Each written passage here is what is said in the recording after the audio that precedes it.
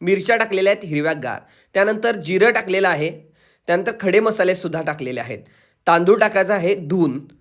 एका पातेल्यामध्ये तेल टाकलेलं आहे, त्याचबरोबर जिरं टाकलेलं आहे आणि खडे मसाले टाकलेले आहेत. तूप घातलं जातं आता. त्यानंतर आता हे सगळं एकत्र केलं जाणार. पुन्हा कांदा घातलेला आहे उभा कापलेला. सगळा कांदा यामध्ये परतून घ्यायचा आहे अगदी व्यवस्थित. त्यानंतर आलं लसूणची पेस्ट टाकायची आहे आणि मिरचीची पेस्टसुद्धा टाकलेली आहे, तीसुद्धा व्यवस्थित गरम करून घ्यायची आहे. त्यानंतर मटण टाकलेलं आहे. काजू, मगज आणि खसखसची पेस्ट आता टाकली जाणार यामध्ये.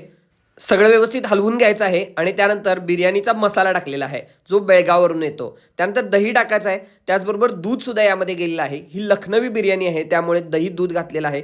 पूर्ण एकत्र करायचं आहे. थोडंसं पाणी घालायचं आहे, कोथिंबीर पुदिना टाकायचा आहे, पाणी घालून शिजवायसाठी ठेवायचं आहे. व्यवस्थित मटण शिजलं पाहिजे. हे हाफ बॉईल झालेले तांदूळ आहेत. आता त्याला लेअरमध्ये लावलं जात आहे. बिरिस्ता तूप आणि केसर पाणी टाकलेलं आहे, ही पहिली लेअर आहे. आता दुसरी लेअरमध्ये